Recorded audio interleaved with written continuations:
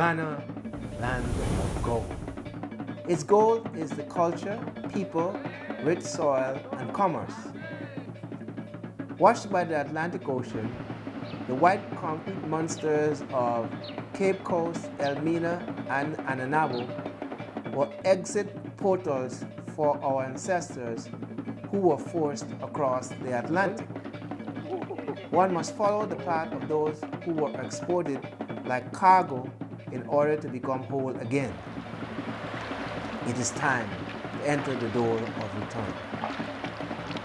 This was my Sankofa. I saw men that looked like me. I saw my deceased brother. Women that looked like my sisters, my aunties. Same phenotypes, same faces, same voices, though they spoke different languages. They recognized me. Yeah, you look like my father. It was surreal. I had visited 7 African countries before, but none is like Ghana. Ghana is a country in West Africa, along the Gulf of Guinea, just a few degrees north of the equator. Ghana, which lies in the center of the West African coast, shares land borders with 3 French-speaking nations that are Burkina Faso to the north, Côte d'Ivoire to the west, and Togo to the east. To the south are the Gulf of Guinea and the Atlantic Ocean. Ghana is about the size of the United Kingdom, or slightly smaller than Oregon. It is home to approximately 25 million African people.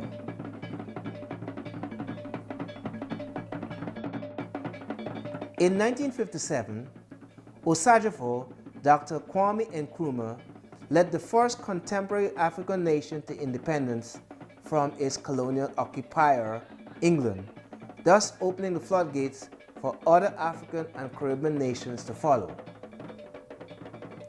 A great son of Africa born in America, Dr. W.E.B. Du Bois, was a major thread that kept the spirit of Pan-Africanism alive from his home in Ghana, where he died at age 95 and was buried with his wife in Accra.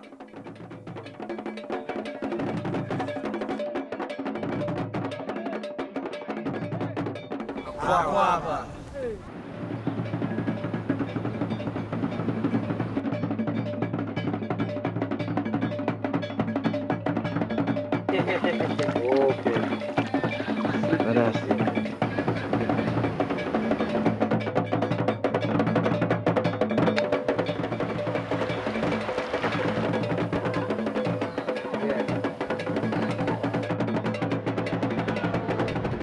Ago.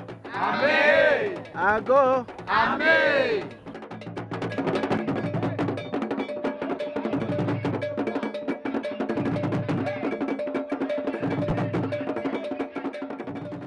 When diasporic Africans think of Ghana, the first thought that comes to mind is the horrific event of slavery.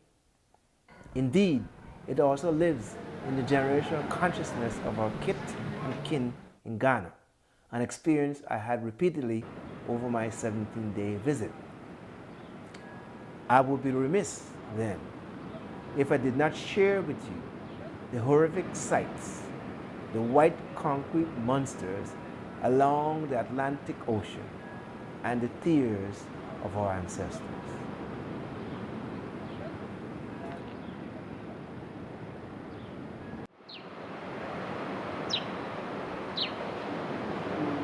We have 3 castles in this country. The first and the biggest to be built is the Elmina Castle, or St. George Castle. It was built by the Portuguese in the year 1482.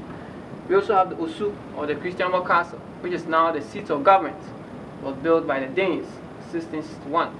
This castle was the last built by the British, like I said, in 1665. Now, the major trade that took place here was the transatlantic slave trade. Africans were transported from here across the Atlantic Ocean to the Americas, to the Caribbean. Now, when these Africans are brought to the castle, they are first taken to a room called the Palava Hall. When you look behind you, the second floor, you can see a room with the windows open. That's the Palava Hall. It was the auction house. That was where the buying and the selling took place. The trading system, or the buying system at that time, was the barter trade. Imported goods like guns, schnapps, mirrors, cloth, knives were exchanged for the Africans or for the slaves. Now, when the buying is done at the Palava Hall, they are brought down here. Slaves are branded. These merchants had irons called the branding irons. So please follow me into the male slave dungeon. The floor slopes, so it's slippery also. So you take your time to watch your steps. As one descends into the dungeon, the smell of human remains is pervasive. The evidence is the dark band around the wall, and this ignites the spirit of our ancestors. Built by the British, Fort William is the most neglected and least known slave dungeon. The local people call this dungeon Ananabo. It is notorious for exporting more than 500,000 enslaved Africans to the Caribbean, South America, and Canada. It was built in 1753. Like all of these portals of African misery, we are approaching the door of no return, led by our guide and curator, Philip.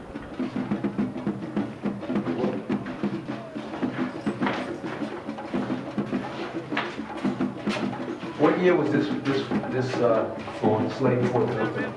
1753. 1753. Yes. 300 years ago. 300 years ago. Yeah, nearly.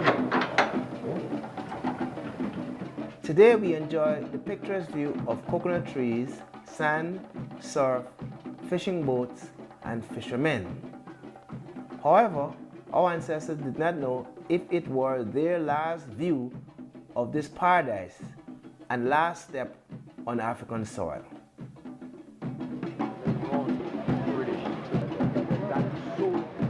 Sold it to them.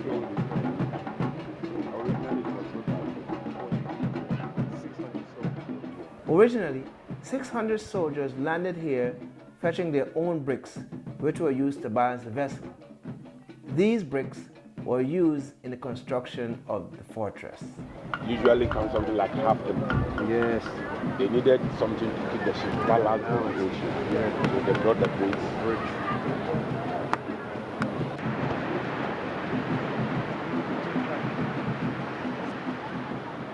The fury of the Atlantic Ocean, with the fortress in the background, sets the awful scene for those who died and the survivors of the 500,000 that will have to endure the long, unforgiving journey across the Atlantic. We are now returning physically and proverbially through the door that was once not possible for our forebears. Here we are journeying across the courtyard into the dungeon for the male captives. It is here they were chained, awaiting for their uncertain destiny.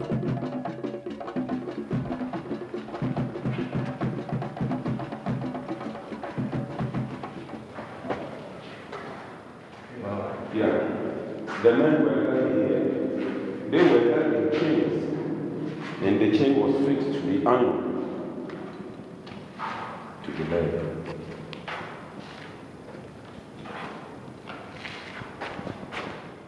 Almost about 200 of them will be kept here at a time, waiting for the arrival of the ships.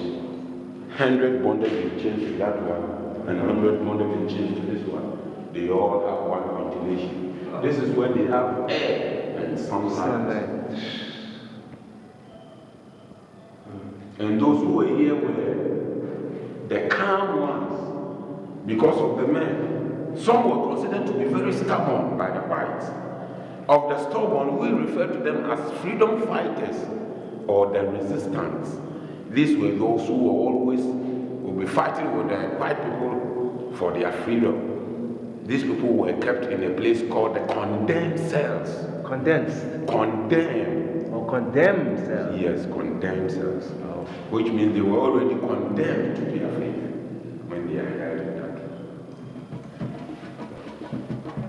At any given time, to go for almost about 2,000 slaves at a day. A day? Yes. And so 2,000 slaves shared into 6 dungeons, which probably gives a dungeon almost about 350 captives at a time, waiting for the arrival of the ships. Yes, the condemned cells. Yeah, for the brave, resistance, and freedom fighters. This is where they were held. A sort of a punishment place. The condemned cell, where there was some resistance to slavery. Have 2 rooms, Men. which is almost about half of the men were considered to be stubborn and therefore were kept here. Yes. Yes. The Coromantes. The Coromantes. This is the area they're from. Sure. And then for their punishment, their food was lowered through the hole for them to fight for it. And this will result in the survival of the fittest because they will fight for it. And the strong will have something to eat, with the weak going hungry till they die. Almost about 1/3 of all captives held in the fort died out of lack of food, unhygienic environment, and suffocation.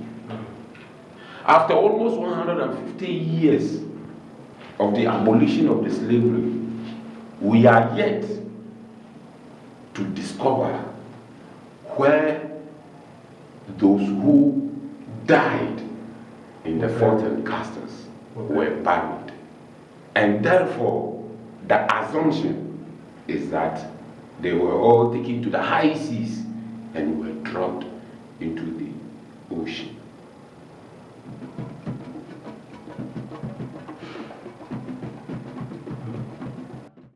Ghana, land of gold. Its gold is the culture, people, rich soil, and commerce. It is time to enter the door of return. This was my Sankofa. I saw men that looked like me. They recognized me. Yeah, you look like my father. To join me in Ghana, call 718-756-8904 or go to sankofaworldpublishers.com. We must completely sever the mental and physical chains of enslavement, be it jealousy, religion, or self-hatred. Let the chain be a symbolic weapon in our quest for self-reclamation as a whole people.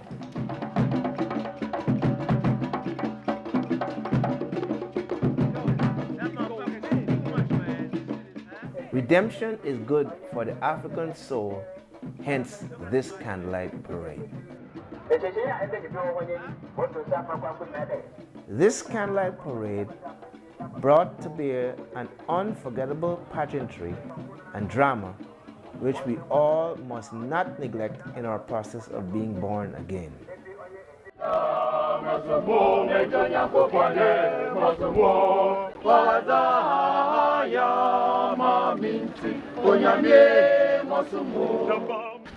Big white stone monster from across the sea.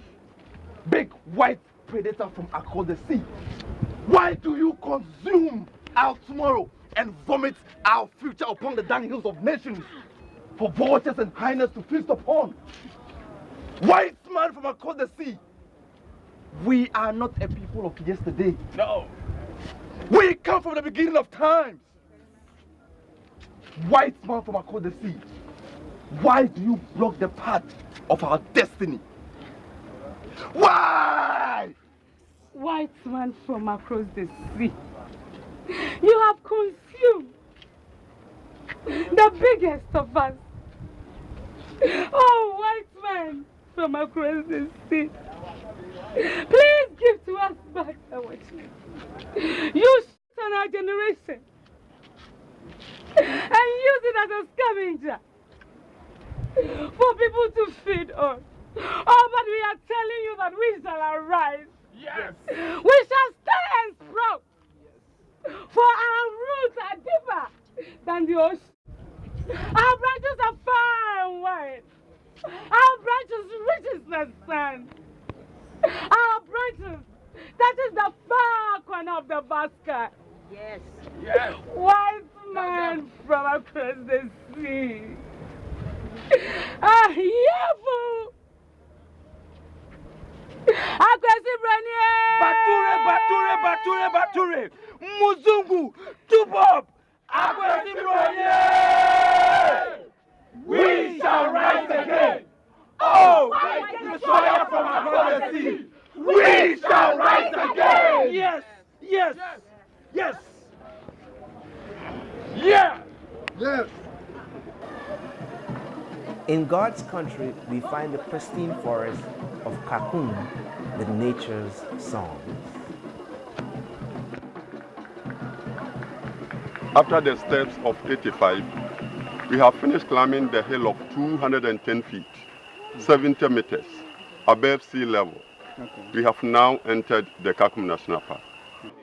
Here we ascend the stairs to the platform to begin our canopy walk of 100 feet over the forest floor.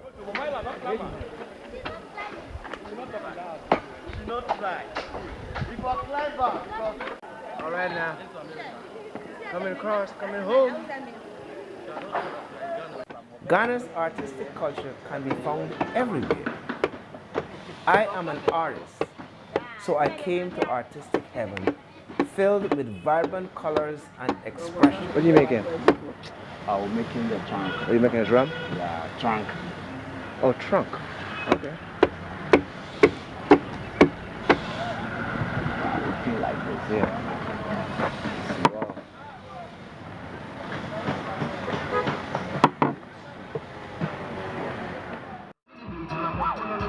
In Ghana's traditional culture, rulers sit in state and meet their people at an event called the Durbar. This grand pageantry includes music and dance to honor the ancestors, rekindle the bond between rulers and people, revive unity, cleanse the society, and pray for fruitfulness of the land and the welfare of the people.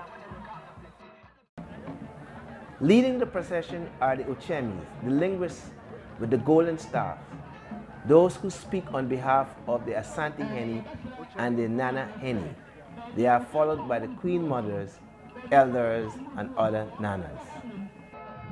The Uchiami is normally called a linguist in English, but an Uchiami is much more than a linguist. Communication with the Ashanti king, paramount chiefs, and priests will go through an Uchiami.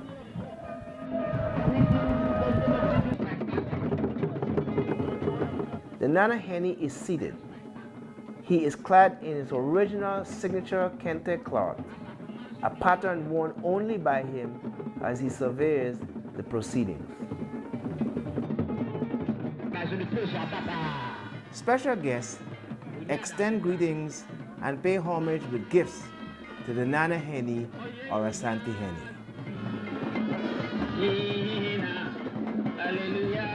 Once more, good morning. The very, very important authorities who are coming down from the government side.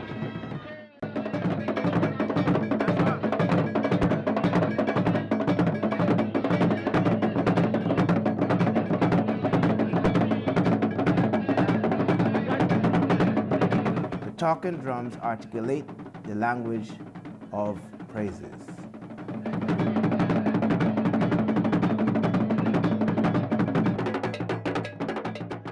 The festivities which celebrated the emancipation of slavery continued for hours with the gaiety of colors, polyrhythmic sounds of drums, dancers, acrobats, and dignitaries. It was a celebration of emancipation both for those Africans at home and abroad.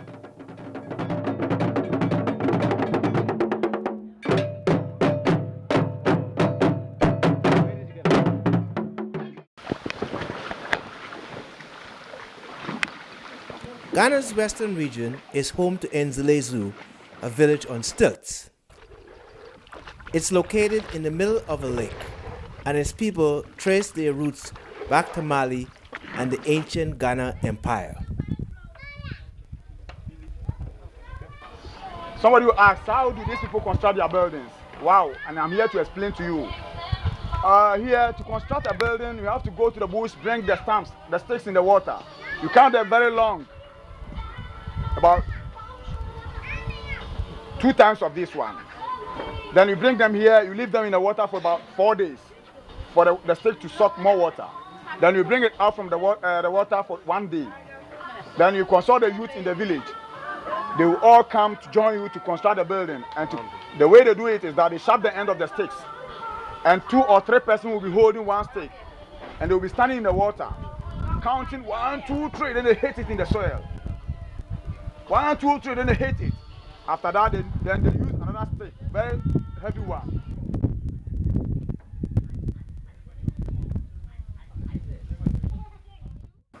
My visit to Ghana would be incomplete had I not visited the school. Our host, Ms. Duka, is the founder of the J.W. Esel Prep School.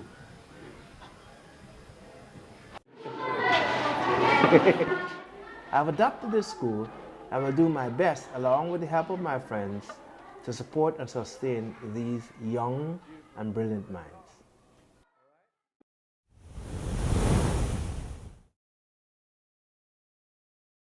Yeah, you look like my father. Yeah, as short as you. He's coming. I don't know when you were born, the day of your birth, but he's coming on a Saturday. Me too. Saturday? Ooh, Daddy! July 26, 1951. Well, he is August 10th, 1949. He's a little older than me. Yeah, Leo too. Yeah. Yeah, oh, good, interesting. Okay, so back to our questions. Yeah, I want to find out why you came to the castle. Well, in general, why I came to Ghana, because Ghana is the major home for many, many Africans in diaspora. I was born in Guyana, in South America.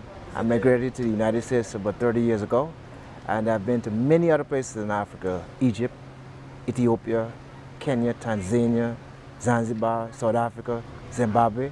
But the West Coast was the last of it, and so I thought this must be the entry point, since it was the exit point for my ancestors. I guess so. So is this your first time here? First time in Ghana. Oh, okay. So what were your expectations before coming to the castle? Well, I had no expectations because I wanted to be pure, and I wanted to have myself as open as possible so I could feel all the emotions, and I did. So would you want to come back if you got the opportunity? Well, I would be back here. I'll be back here before I leave. I'll come back here next year, and I'll be coming here every year from this point in time. Wow, that's nice. What aspects of the tour did you find satisfying and interesting? All of it, The city, you know. the castle itself? Yeah, the castle itself, the explanation by the guide was excellent. He really not just explains, but I could see that the history, he's an embodiment of the history. Wow.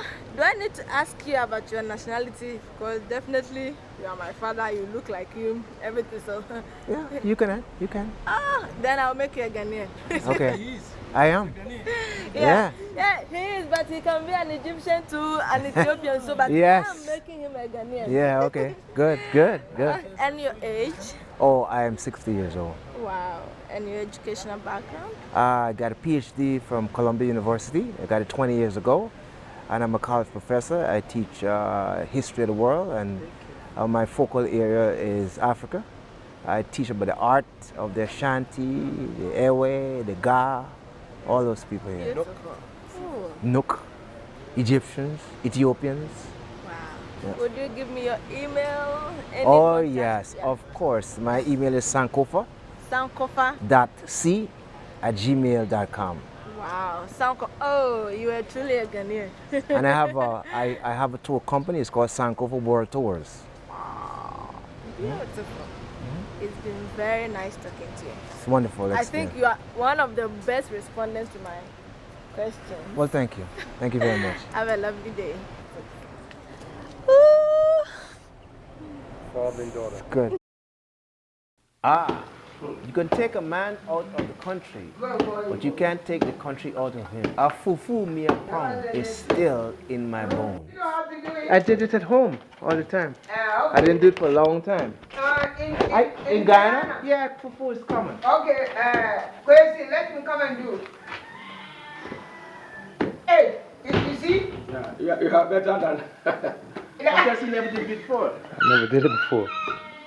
City boy, city boy. No country in me. Professor from the country, man. Hey, what's my water? Oh, good bro, you do it. Let's have a professor. Hey! Let's do it. Fufu kuku. Ghana, land of gold. Its gold is the culture, people, rich soil, and commerce. It is time to enter the door of return. This was my Sankofa. I saw men that looked like me. They recognized me. Yeah, you look like my father.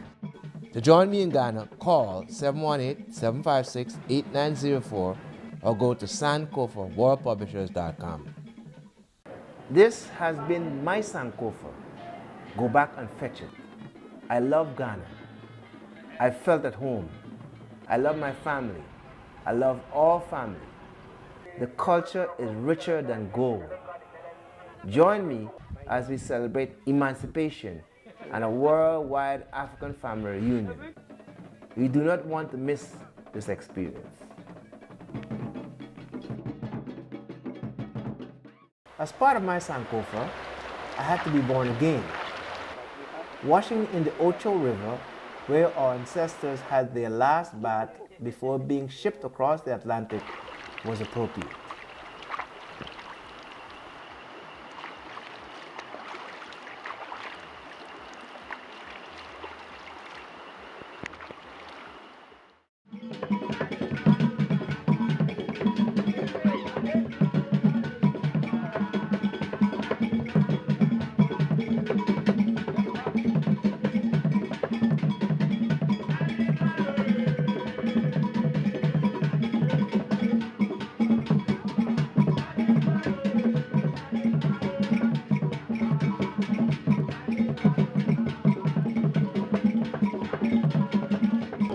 Yeah, yeah.